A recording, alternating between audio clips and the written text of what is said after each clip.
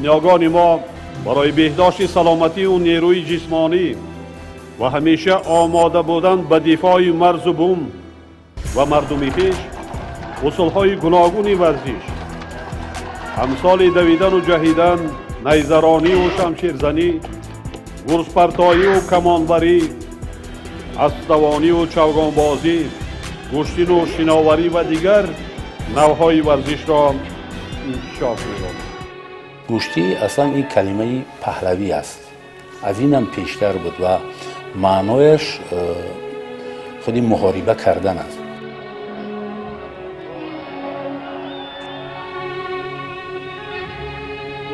همین کشتی ملی خودش یک ورزشی بگیم بسیار زیبا است. ورزش قدیمی است، تاریخ بوی دارد.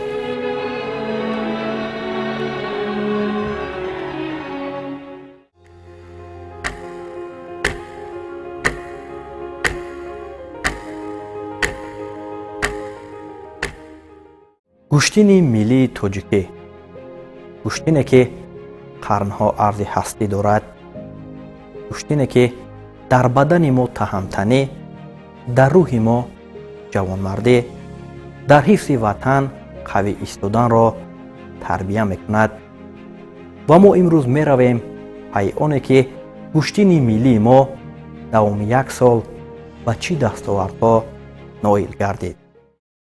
کشتی ملی ما کشتیگیری سال 2022 علاقه مقام بین المللی گرفت و مرحله به مرحله برای معرفی نمودن این نمود خاص ملی البته تلاش های پرزیدنت کشور پیشوای ملت محترم امام علی رحمان و برگزار نمودن جام پرزیدنت جمهوری تاجیکستان، جام رئیس شهر دوشنبه و توجه خاصه رئیس شهر دوشنبه محترم رستم امام علی با نمودهای ملی ورزش ثمره داد که نمود ملی ما در عرصه بین المللی مقام و منزلت خاصه را پیدا کند و تا به امروز کشتی ملی کشتیگیری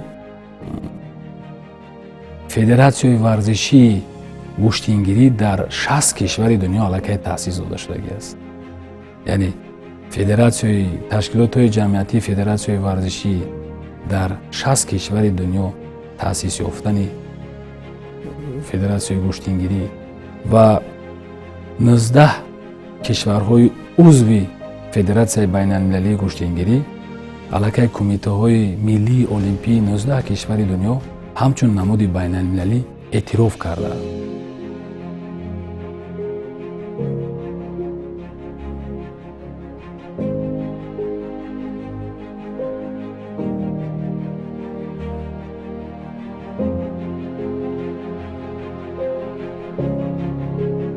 فدراسیای کشتیگیری تاجیکستان با یک قطار نقشه‌ها سال 2024 را آغاز کرد.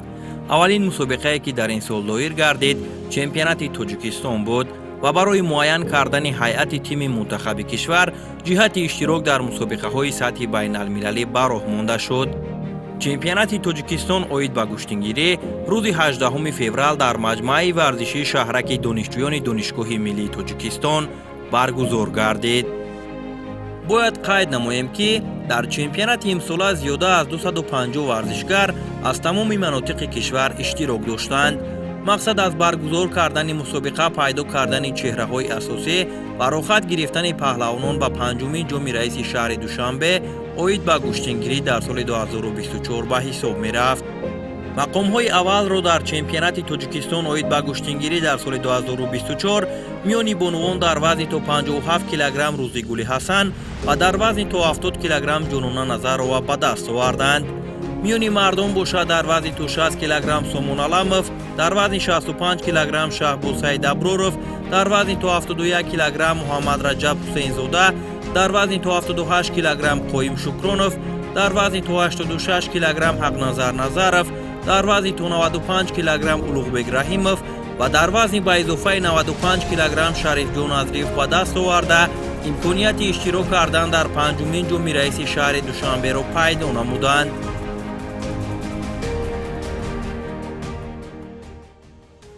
гуфтаниам ки соли 2024 барои мардуми ҷумҳурии мо, барои намуди варзиши мо як соли хеле пурбарор буд, хеле соли фаромӯш нашуданӣ буд ки дар ин соли ҷорӣ мо тавонистем ки чемпионати ҷумҳурии Тоҷикистонро бори аввал бо иштироки зиёда аз 256 варзишгар баргузор намоем ки бори аввал дар чемпионати ҷумҳурии Тоҷикистон вазнҳои бонупаҳлавонон дида мешуд.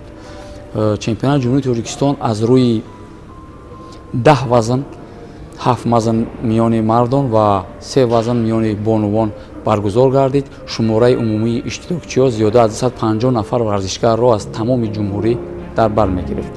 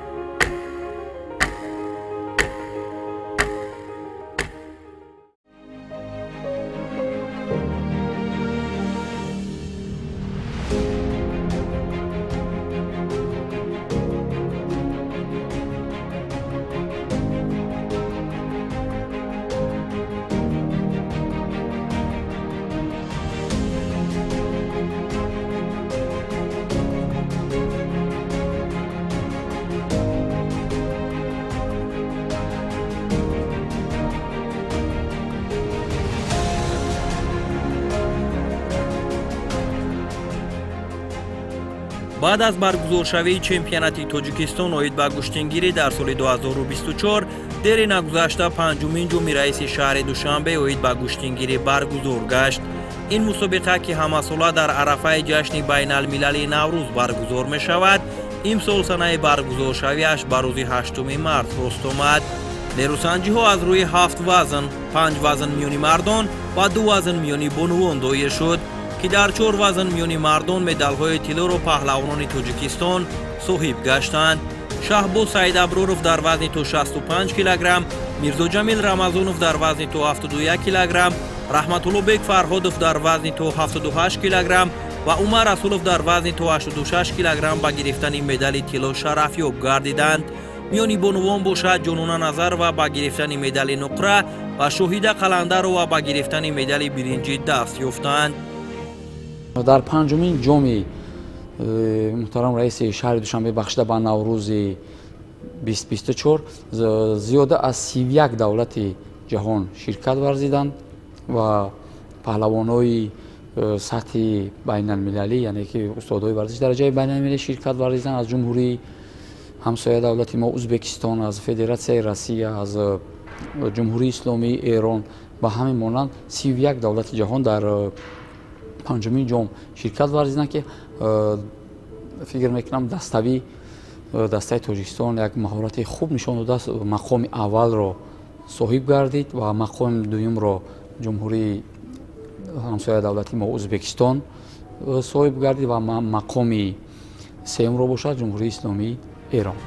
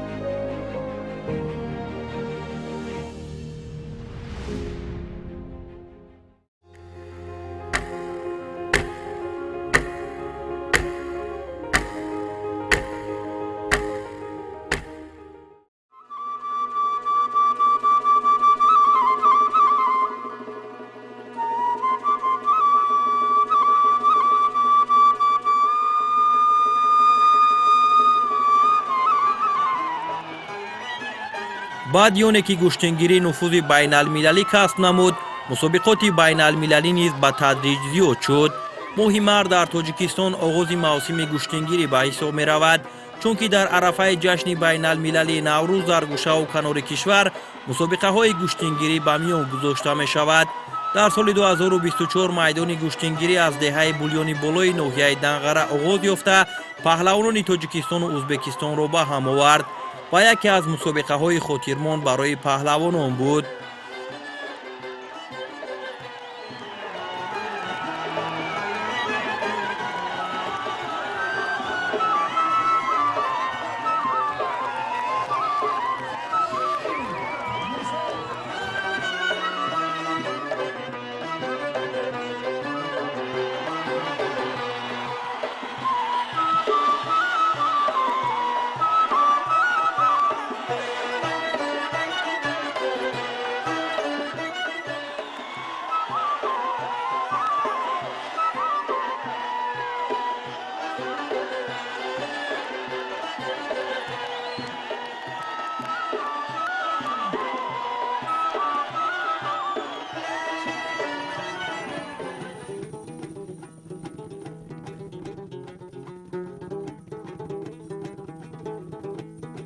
майдони гӯштингирии ҷамоати деҳоти Кангурти ноҳияи Темурмалик ҳам барои паҳлавонон ва барои мухлисони ин варзиши суннатӣ ошно мебошад, зеро ки ҳамасола дар ин ҷо мусобиқаи гӯштингирӣ ташкил мегардад ва паҳлавононро аз сартосари ҷумҳурӣ ва ҳатто берун аз Тоҷикистон низ ҷамъ меорад. имсол ҳам мусобиқаи гӯштингирӣ дар ин макони зебоманзару паҳлавонпарвар бо ҳузури паҳлавонони шинохтаву умедбахши Тоҷикистону Ӯзбекистон доир гардид, ки варзишгарон маҳорату ҳунари арзанда нишон дода соҳиби тӯҳфаҳои арзишманд гаштанд.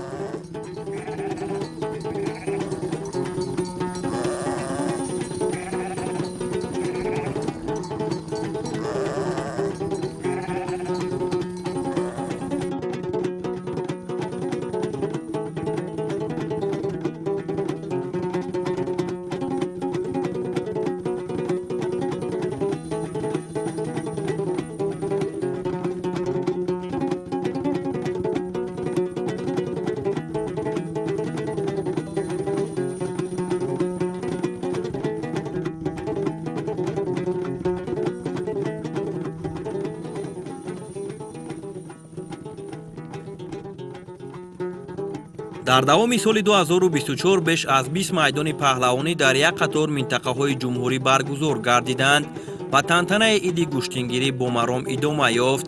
мусобиқаи кушоди байналмилалӣ дар ноҳияи Данғара, ки бо иштироки варзишгарон аз 6 кишвар буд, аз ҷумлаи чунин майдонҳои гӯштингирӣ ба ҳисоб мерафт.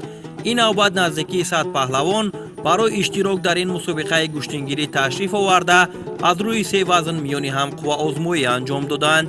аз миёни паҳлавонони тоҷик ҳам дар мусобиқаи анъанавии ноҳияи Данғара Суҳроб Боқиев арзанда ҳунарнамоӣ карда, медали тиллоро ба гардан овехт.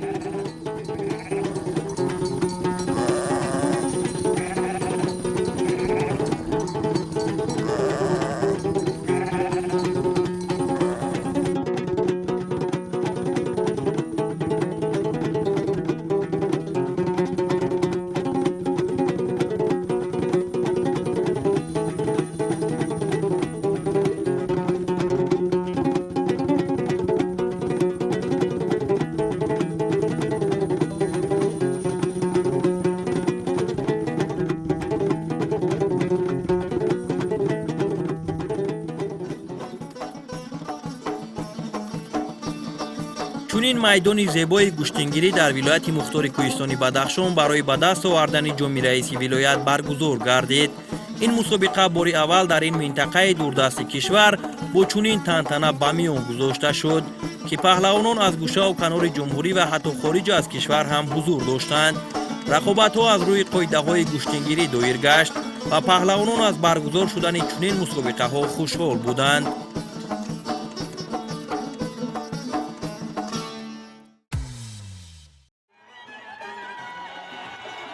имсол дар як қатор шаҳру ноҳияҳои ҷумҳурӣ иди гӯштини миллӣ тантана дошт ва дар баробари дигар майдонҳои гӯштингирӣ мухлисону паҳлавонон интизори гӯштини ноҳияи Ховалинг буданд. барои баргузор кардани ин чорабинии варзишӣ аз ҷониби дастандаркорони мусобиқа як макони зебову дилфиреб интихоб гардида буд, ки барои мухлисон ва паҳлавонон иди ҳақиқии гӯштингирӣ ба ҳисоб мерафт. дар ин майдони зебои гӯштингирӣ дар баробари паҳлавонони ватанӣ варзишгарон аз кишварҳои осиёи марказӣ ва иттиҳоди давлатҳои мустақил иштирок доштанд.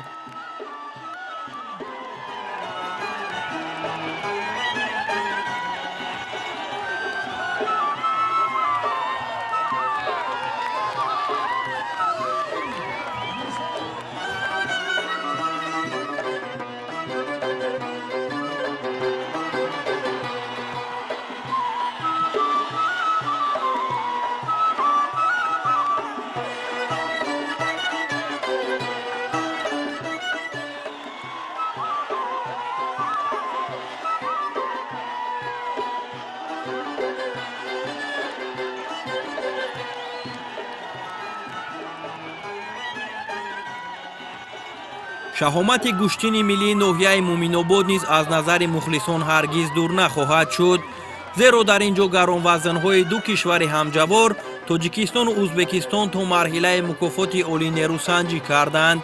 ҳайати доварони федератсияи гӯштингирии тоҷикистон зиёда аз 6 соат дурозмоҳиҳои 300 нафар паҳлавони майдонро ҳакамӣ карданд. чунин ташаббусот дар 12 мусобиқаҳои анъанавии фасли зебои эҳёи табиат дар шаҳру ноҳияҳои мамлакат роҳандозӣ гашт. федератсияи гӯштингирии тоҷикистон дар якҷоягӣ бо кумитаи кор бо ҷавонон ва варзиши ҳукумати ҷумҳурии тоҷикистон нақшачорабиниҳои соли 2024-ро дар якҷоягӣ яъне ки ба роҳ монданд. дар соли 2024 яъне ки зиёда аз 16 мусобиқаҳои сатҳи ҷумҳуриявӣ ба нақша гирифта шуд, ки аллакай 15 мусобиқаи сатҳи ҷумҳуриявӣ баргузор карда шуд.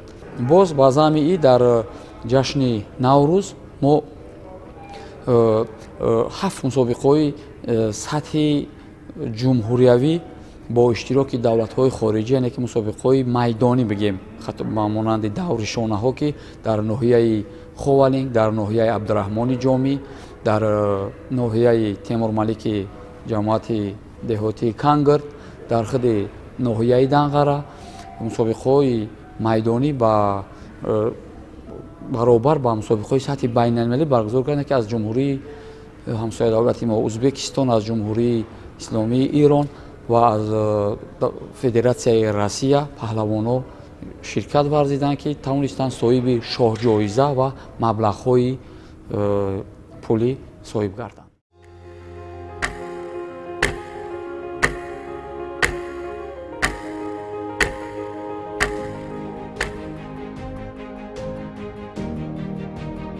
моҳҳои апрел ва июн дар доираи тақвими чорабиниҳои федератсияи гӯштингирии тоҷикистон дар ноҳияи файзобод чемпионати тоҷикистон миёни наврасон ва ҷавонон доир карда шуд. дар маҷмӯъ 380 нафар дар ду чемпионати доиргашта ҳамчун муддаиёни зинаҳои ифтихорӣ ба қайд гирифта шуданд. ғолибон дар ҳайати инфиродӣ ва dastavӣ маълум гаштанд. мақсад аз баргузор кардани чунин мусобиқаҳо ҷалб намудани ҷавонон ба ҳайати тими мунтахаб оид ба гӯштингирӣ ва рӯ овардани онҳо ба варзишҳои суннатӣ мебошад. албатта бори аввал аст ки дар ҷумҳурӣ чемпионати ҷумҳурии тоҷикистон байни ҷавонон баргузор мегардид. то айни замон то 2024 ба монанди мусобиқаҳои ҷумҳуриявӣ баргузор мегарданд. аз соли 2024 яъне ки табдил ба чемпионат гардид, ки баландтарин мусобиқаи сатҳи ҷумҳуриявӣ мебошад. чиқадр ки қайд кардед, ҳар ду мусобиқа ҳам чемпионати наврасон ва ҳам чемпионати ҷавонон дар ноҳияи файзобод баргузор гардид, ки мо тавонистем тимҳои мунтахаби ҷумҳурии тоҷикистонро байни ҷавонон ва наврасонро аз ин чемпионатҳо интихоб намоем.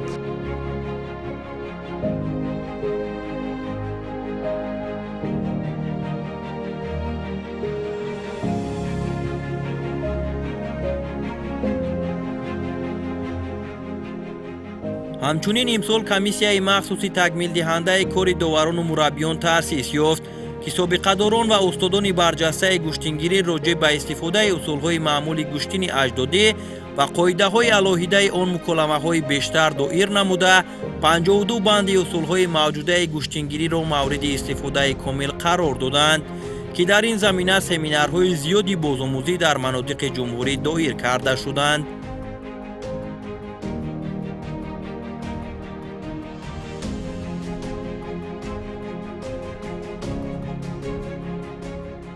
аз рӯи нақшачорабиниҳои федератсияи байналмилалии гӯштингирӣ дар соли 2024 13 семинари сатҳи байналмилалӣ дар нақша буд.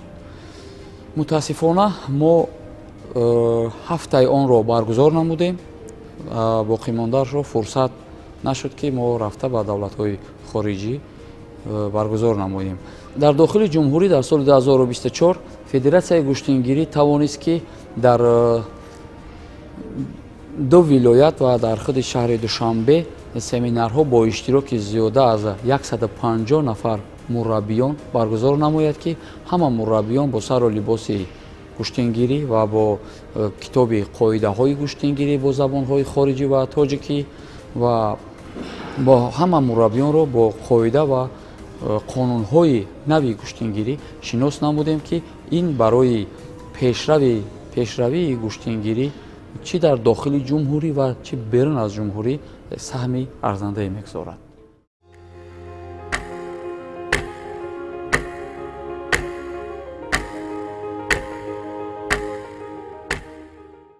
ёди гузаштагони гӯштини миллӣ, ёди нафароне ки ин варзиши аҷдодиро то ба мо оварда буданду ҳис карданд ҳамеша гиромист.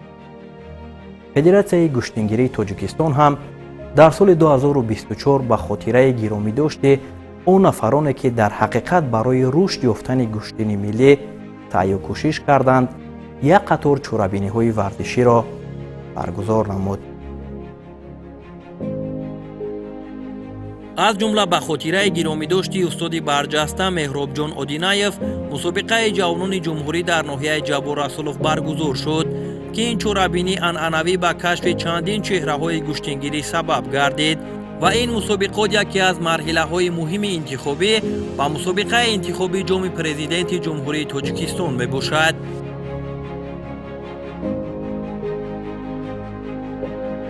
ба ҳамин тадбир дар шаҳри Кӯлоб низ аз ҷониби Федератсияи гӯштингирии Тоҷикистон рӯи даст гирифта шуд ки наврасони солҳои таваллудашон 2008-2009 барои дарёфти ҷоизаи Саид Шариф нерӯсанҷӣ карданд.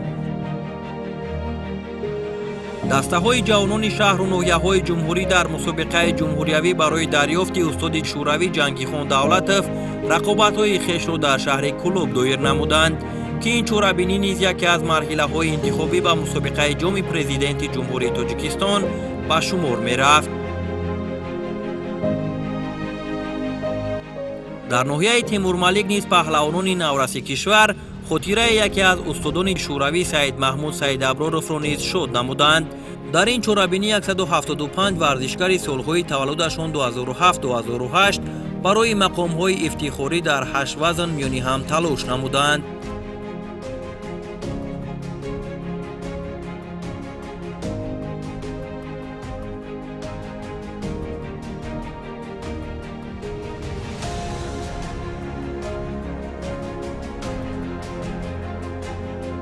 ноҳияи Файзобод низ макони баргузории мусобиқаи ҷумҳуриявӣ барои дарёфти ҷоизаи устоди иттиҳоди шӯравӣ Муҳаммад Довуд Одинаев интихоб гардида буд ки рақобатҳои 8 вазни маъмулӣ паҳлавонони Наврас шаҳомати хусаи худро дошт.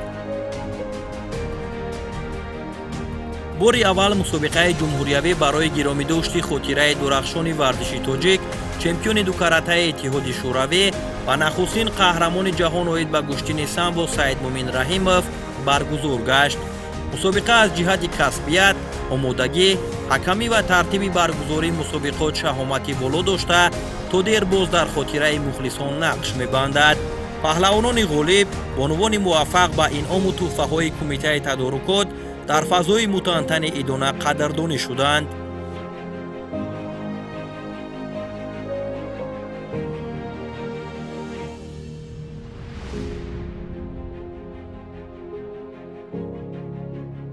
федератсияи гӯштингирии тоҷикистон дар якҷоягӣ бо кумитаи кор бо ҷавонон барои ёддошти паҳлавонҳои маъруфи ҷумҳурӣ ки дар қайди ҳаёт дида намешаванд, ба хотираи бузургдошти онҳо як мусобиқаҳои сатҳи ҷумҳуриявӣ баргузор намудем ки зиёда аз 7 мусобиқаро дар бар мегирад ба хотираи устод меҳробҷон одинаев, ба хотираи ҷаҳонпаҳлавон Саидмумин Раҳимов, ба хотираи устод Саид Шариф, ба хотираи Ҷангихон Давлатов, ба хотираи Саидмаҳмуд Саидаброров, ҳамин хел ба хотираи устоди сармураббии 13 сол сармураббии тими мунтахаби ҷумҳурии Тоҷикистон Маҳмад Довуд Одинаев ки дар қайди ҳаёт ҳастанд, дар ноҳияи Файзобод ҷоми устод Маҳмад Довуд Одинаевро баргузор намудем. ҳамин хеле зиёда аз 7-8 мусобиқаҳои сатҳи ҷумҳуриявӣ ба хотираи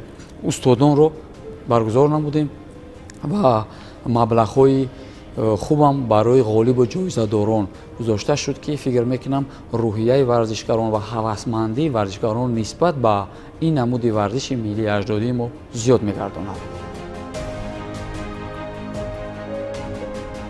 ҳамин тавр мо рӯз ба рӯз ба нахустин чемпионати ҷаҳон оид ба гӯштингирӣ наздик мешудем. рӯзи 10 август бошад дар қасри варзишии шаҳри Хуҷанд аввалин мусобиқаи ҷоми раиси федератсияи гӯштингирии Тоҷикистон доир шуд ки баргузоршави ин мусобиқа марҳилаи интихобӣ барои паҳлавонон ба чемпионати ҷаҳони гӯштингирӣ ба ҳисоб мерафт. дар мусобиқа варзишгарон аз рӯи 9 вазн, 6 вазн миёни мардон ва 3 вазн миёни бонувон иштирок намуда барои ба даст овардани мақомҳои ифтихорӣ миёни ҳам мубориза бурданд. дар натиҷа ғолибони ҷоми раиси федератсияи гӯштингирии Тоҷикистон рохати аввалин чемпионати ҷаҳон оид ба гӯштингириро ба даст оварданд.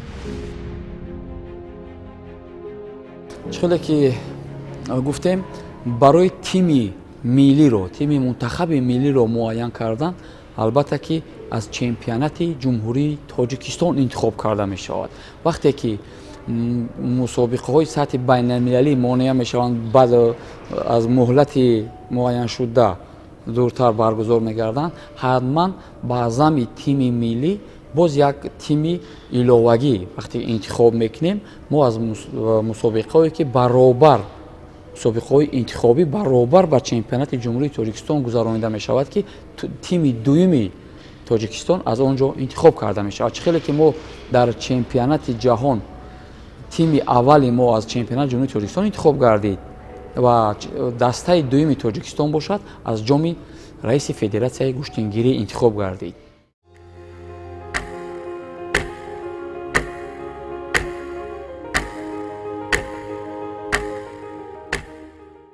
чун мебинед дар пушти ман, дар ин толори зебо имрӯз яке аз бузургтарин чорабиниҳо чемпионати ҷаҳон оид ба гӯштингирӣ мегузарад ки дар таърих бори нахуст аст. шумо медонед аз ҳама қиматтару авлотараш он аст ки имрӯз асосгузори сулҳу ваҳдати миллӣ пешвои миллати мо дар ин ҷо ҳузур доранд. ӯ ҳамроҳи мо шодӣ мекунад, ӯ ҳамроҳи мо бо фараҳ пайваста аст. ӯ анъанаҳои аҷдодии кишвару миллаташро пос медорад. меравем ва пайгирӣ мекунем. мавриди қайд аст ки соли 2024 барои миллати тоҷик яке аз солҳои пурифтихортарин ба шумор меравад, зеро дар ин сол дастовардҳои паҳлавонони мо дар сатҳи байналмилалӣ ва дохилӣ хеле баланду боло қайд шудаанд. гуфтан ҷоиз аст ки бо ибтикори асосгузори сулҳу ваҳдати миллӣ пешвои муаззами миллат ва раиси муҳтарами шаҳри Душанбе Рустами Эмомалӣ ба дастгирии онҳо, ба дастгирии бевоситаи онҳо гӯштини тоҷикӣ дар сатҳи байналмилалӣ шинохта шуд ва зиёда аз 60 мамлакати ҷаҳон дар ин федератсия шомил гардиданд. ва новобаста ба ин албатта мо медонем ки суханони ҷаноби олӣ як такони ҷиддие ба худи гӯштини тоҷикӣ дод ки имрӯз дар тамоми гӯшаву канори Тоҷикистони азизамон хоб федератсияҳо ташкил шуданд. дар тамоми гӯшаву канори Тоҷикистони азизамон мардум бори дигар рӯ ба куштини миллии тоҷикӣ оварданд ки ин албатта як дастоварди бузурге дар соли 2024 мебошад.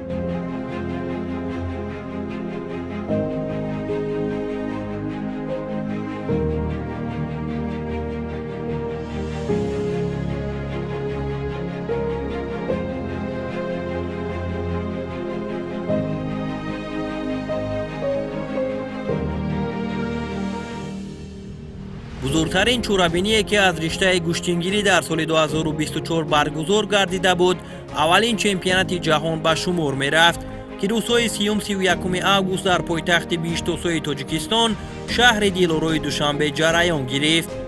63 кишвари сайёра беҳтарин паҳлавонони худро ба ин мусобиқаи фароҷаҳонӣ сафарбар намуда буданд.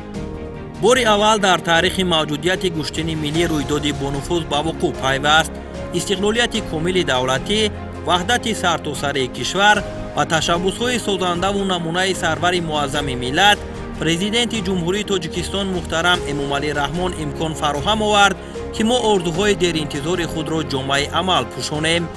дар ин ҷода дастгириву хидматҳои шоистаи раиси шаҳри Душанбе муҳтарам Рустами Эмомалӣ низ ба ғоят бузург мебошад.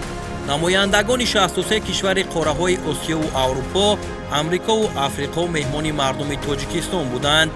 онҳо бо ифтихор аз пешрафту шукуфоии ватани мо ҳарф мезаданд ва аз ин сафар бисёр хотираҳои нек ва таассуроти бузург бардоштанд.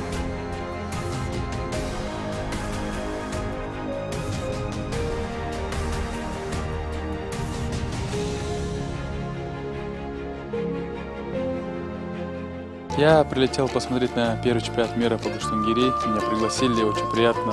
Хочется посмотреть на красивую борьбу и вообще надеюсь, что организация и соревнования пройдут на высшем уровне. Она достаточно близка к моему основному виду спорта, это дзюдо. И мне нравится смотреть, интересно, то, что там есть определенные свои особенности. Правила тоже интересно. И я много с ребятами боролся в Москве, те, кто по Гуштангири выступает. Сильно не отличается, но все равно что-то свое есть. 3 or 4 times I came to here. ин бори сеюм аст ки ба Тоҷикистон меоям. Умедворам аввалин чемпионати ҷаҳон дар сатҳи олӣ баргузор мешавад. мехоҳам он гунае барпо гардад ки назирашро таърих ёд надошта бошад. Very important to do this kind.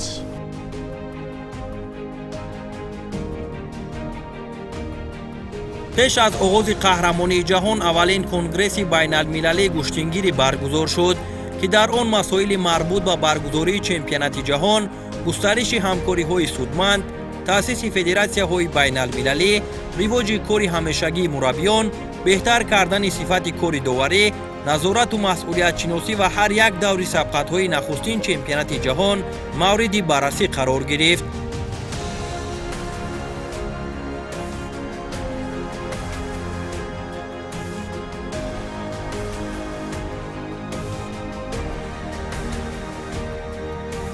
шоистаи ифтихор аст ки президенти ҷумҳурии Тоҷикистон пешвои миллат муҳтарам Эмомалӣ Раҳмон аз ҷониби намояндагони 63 кишвари сайёра якдилона президенти фахрии Федератсияи байналмилалии гӯштингирӣ интихоб гардид. Ladies and gentlemen, distinguished guests, it should be noted that in the International Congress, the founder of peace and national unity, the leader of the nation, the President of the Republic of Tajikistan, and the National Olympic Committee became the proud president of the International Gushtangiri Federation.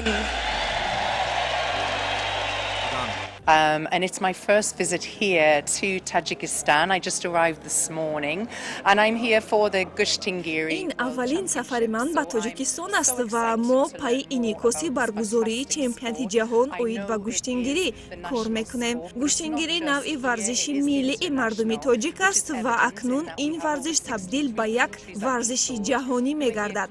علاقه 63 مملکت دنیا آن را اعتراف کردند و اینجا اشتراک میکنند.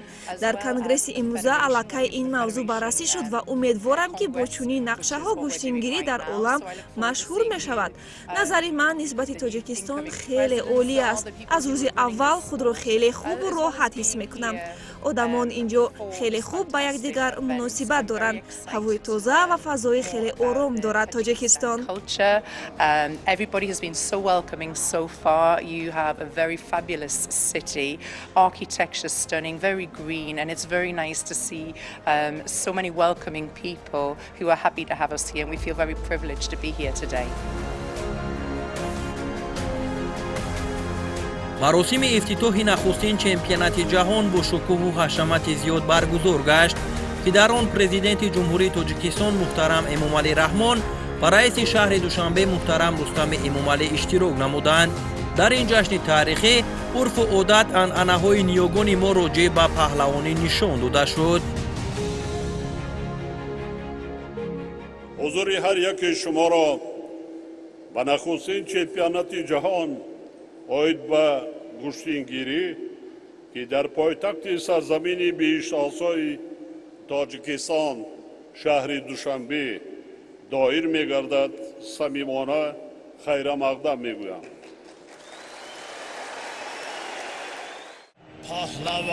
پهلوانان جان نثاری ملتند پهلوانان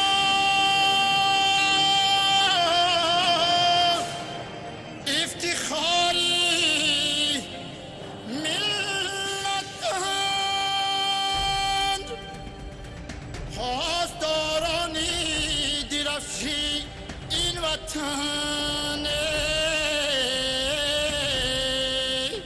من باوری کامل دارم برگزاری چمپیونات جهان، چمپیونات آسیا در نه فقط در داخل کشور ما از رشته نمودی گوشتینگیری، آن روز دیر نیست که ما در کشورهای دیگر برگزار کردن گوشتینی ملی گوشتینگیری رو انتظار باشیم، زیرا تلاش و زحمت های به واسطه رئیس شهر دوشنبه محترم رستمی امامعلی و رهبریت فدراسیون گوشتینگیری بیگی جانزاده لایق نیست، بسیار بی‌نظیر است.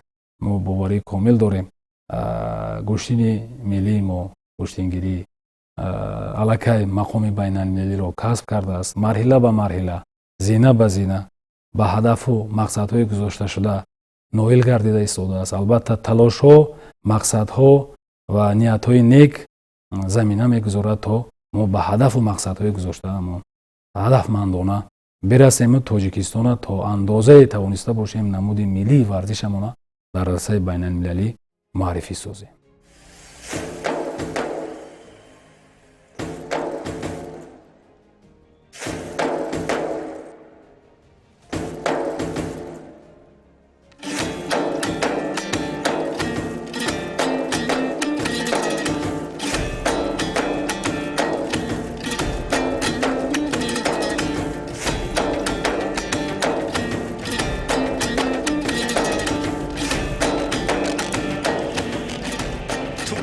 گیر که آرامشی جان بود، نگهداری آیین و پیمان بود.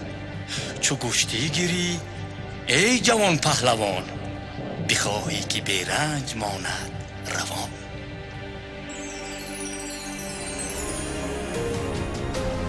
باری اول سرودی بین المللی گوشتینگیری که به قلم شاعر محمد غایب تعلق داشت نشر شد و آهنگ آن را هنرمند ممتاز ذکرالله حکیمов ایجاد نمود.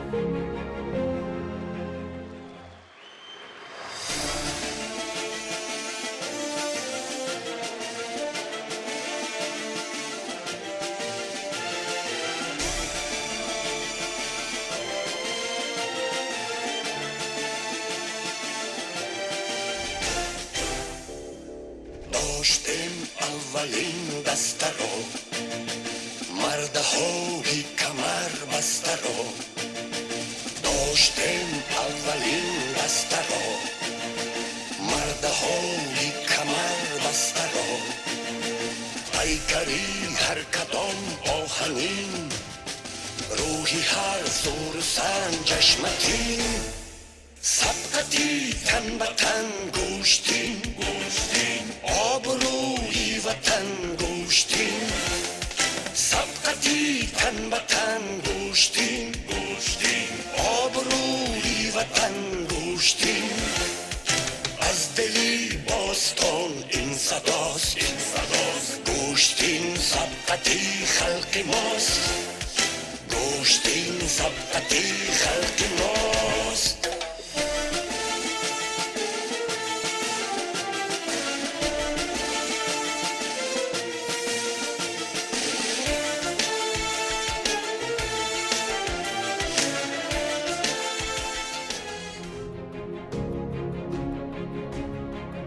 پهلوانان باشد به خاطر حمایت شأن و شرف دولت و ملت خود روی گلیم نیروسنجی نمودند که هیئت مکمل گشتنگیری ما نیز هنرنمایی ارزنده خود را نشان دادند.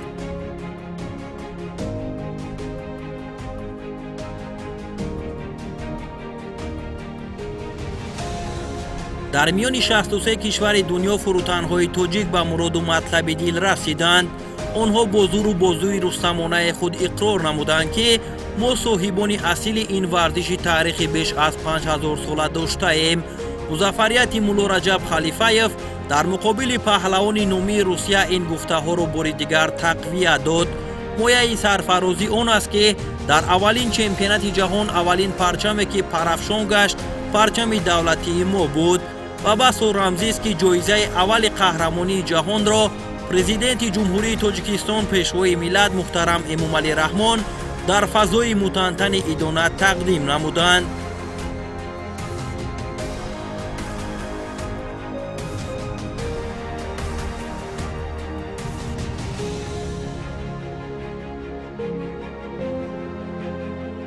من امسال در چمپیونات جمهوری تاجیکستان سزاوار مدال طلا گشتم و در راحت به چمپیونات جهان گرفتم و در آنجا هم سزاوار مدال طلا گشتم و من از دستی سرور دولت محترم امامعلی رحمان جایزه را گرفتم.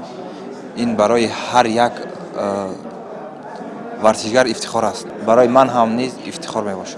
در سال 2025 کوشش میکنیم آمادگی خوب بینیم و باز غالب مسابقه های بین المللی گردیم.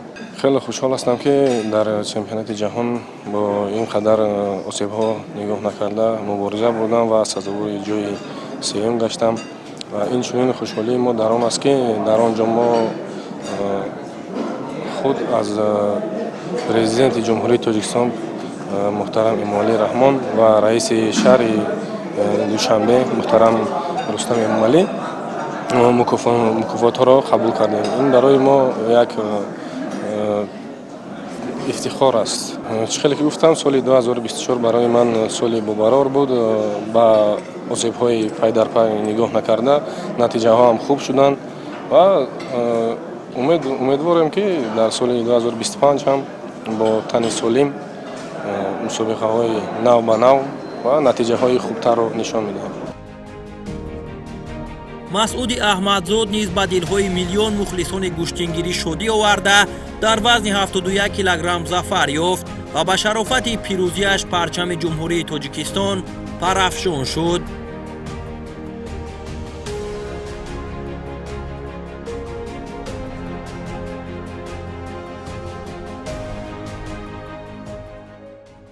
سال 2024 در رشته گشتن ملی این بهترین دستاورد برای من می باشد که من غالب چمپیونات جهان گشتم که این بزرگترین دستاورد در گشتنگیری می باشد. نقشه ها در پیش برای به دست آوردن مدال های خوشرنگ دیگر در سالهای آینده و پرچم عزیز دولتمون را بلند برداشتن باشد. حقنظر نظرов نیز با غلبه‌های پای در پای خود عنوان قهرمانی جهان را در رشته گشتنگیری صاحب گردید.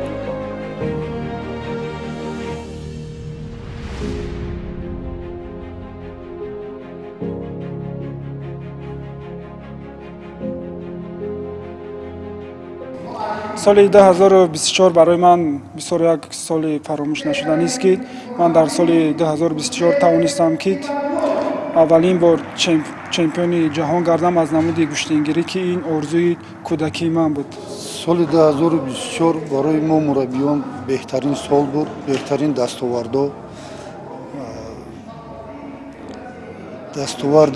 دستاوردی شاگرد ما حقنظر نصر برای ما مربیان дастоварди қаноаткунанда аст.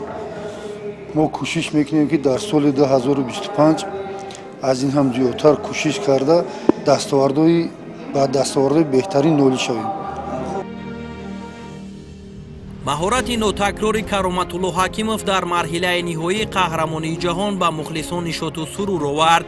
ӯ 2 карат қаҳрамони ҷаҳон, 5 карат қаҳрамони Гранд-слам, иштирокчии бозиҳои олимпӣ паҳлавони гурҷӣ Бека Гвинашвилиро шикаст дода ба суфраи зафар баромад, ки ин таҳаввулот дар саҳафоти таърихи варзишии Кароматулло бесобиқа унвон мешавад.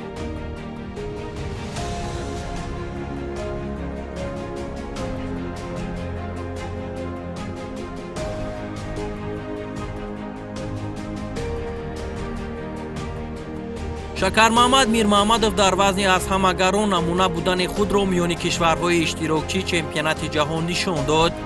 ӯ Муҳсин Ҳисомиддинови ӯзбекистониро, ки 5 карат қаҳрамони ҷаҳон аз намуди гӯштини кураш буд, дучори нокомӣ карда барандаи аввалин медали тиллои чемпионати ҷаҳон оид ба гӯштингирӣ шуд.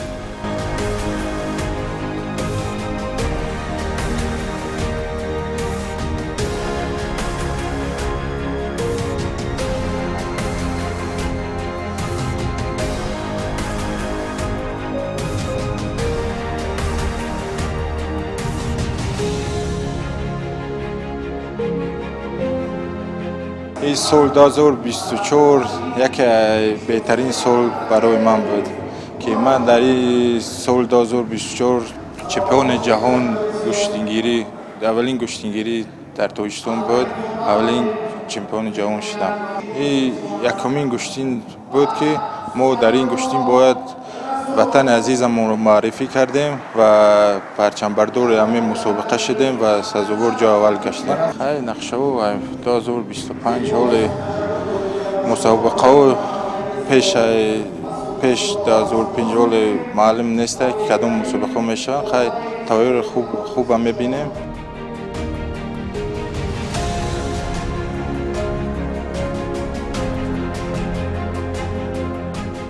гурдофаридҳои мо шоҳида қаландаро ва ба дарёфти медали нуқра ва Мадина Қурбонзода ба гирифтани ҷоизаи сеюми чемпионати ҷаҳон дар риштаи гӯштини аҷдодӣ шарафёб шуданд, ки ин рӯйдод барои варзиши бонувони кишвар саҳафоти ҷадид маҳсуб меёбад.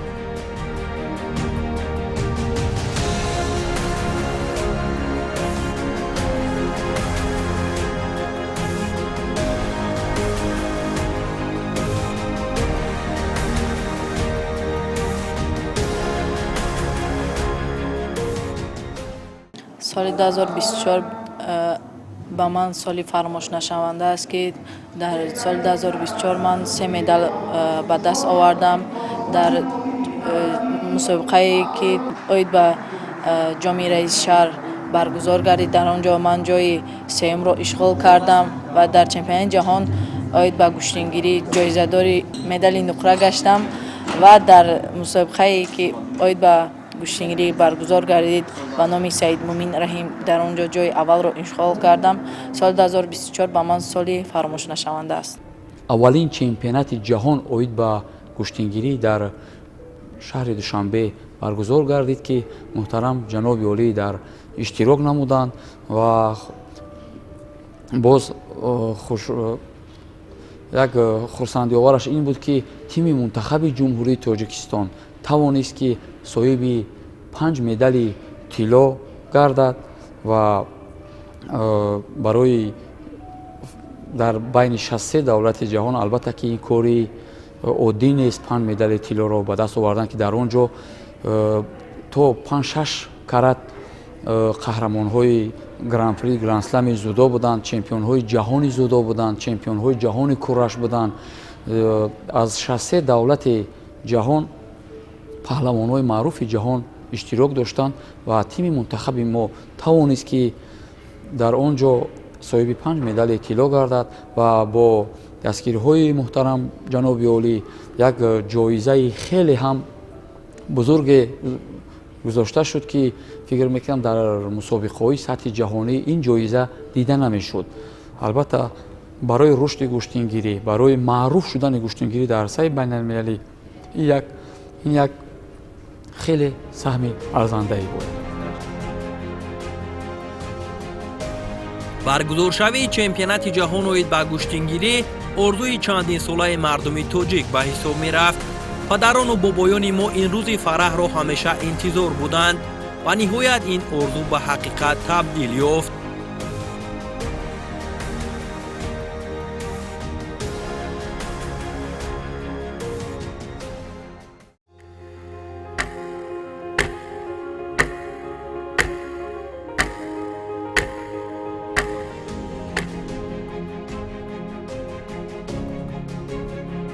آخرین مسابقه در سال 2024 برای فدراسیون گوشتنگیری تاجیکستان این دومین مسابقه بین المللی گوشتنگیری برای دریافت جام پرزیدنت جمهوری تاجیکستان میان جوانان بود که روز 12 دکبر در شهر بوستان خوجند برگزار شد. در مسابقه بین المللی گوشتنگیری برای دریافت جام پرزیدنت جمهوری تاجیکستان که نمایندگان 15 دولت اشتراک داشتند، 11 نفر نمایندگان تاجیکستان صاحب جایهای افتخاری شدند. نگفته نماند که گوشتنی تاجیکی تاریخ خیلی قدیمه دارد، زیاده از 5000 سال تاریخ دارد که کتابی که ما در باره گوشتنی تاجیکی در مسیر تاریخ نوشتیم در اونجا اولین دستاوردها، اولین سرشوی های گوشتنی تاجیکی و یک نقطه نظری هست که گوشتنی تاجیکی مادری تمامی گوشتن های جهان است و ما شما امروز میبینید که خودی تمامی اصول هایی که در گوشتن تاجیکی استفاده برده می شود قریب در 50% گوشتن های جهانی این اصول ها رو به کار برده می شوند و این معنای آن را دارد که تاریخ گوشتنی تاجیکی بسیار تاریخ طولانی و کهن است. این باعث افتخار مردم تاجیک است، باعث افتخار زمان صاحب استقلالی ما است که در عرصه بین المللی بار دیگر یک تکان جدی ملت تاجیک و این نمود گوشتن داده توانست. ما در سال 2025 در سال آینده ما مسابقات در واقع قهرمانی آسیا، قهرمانی اروپا و قهرمانی آفریقا رو داریم. در ماه فوریه در شهر قاهره مصر ما مسابقات 20 تا 22 فوریه مسابقات قهرمانی آفریقا رو شاهد خواهیم بود. ضمن اینکه کنفدراسیون کوراش آفریقا هم کنگرهش اونجا برگزار میشه و هیئت رئیسه و ارکان اون هم مشخص خواهند شد.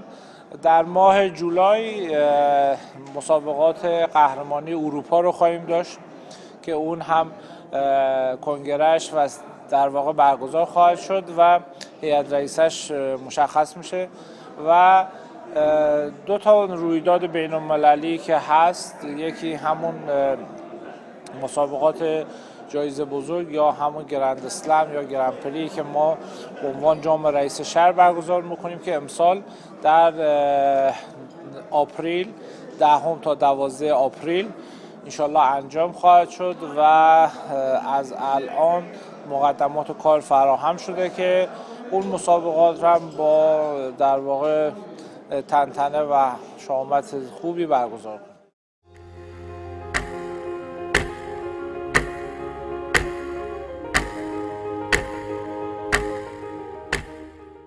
اگر به نتیجه های فدراسیون گوشتنگیری تاجیکستان در سال 2024 توجه کنیم، خیلی امیدوار کننده است. در سال 2024 مسابقه های سطح داخلی و بین المللی به انجام رسید و رهبریت فدراسیون با تمام عزم و تلاشش برای سال 2025 آمادگی میگیرد.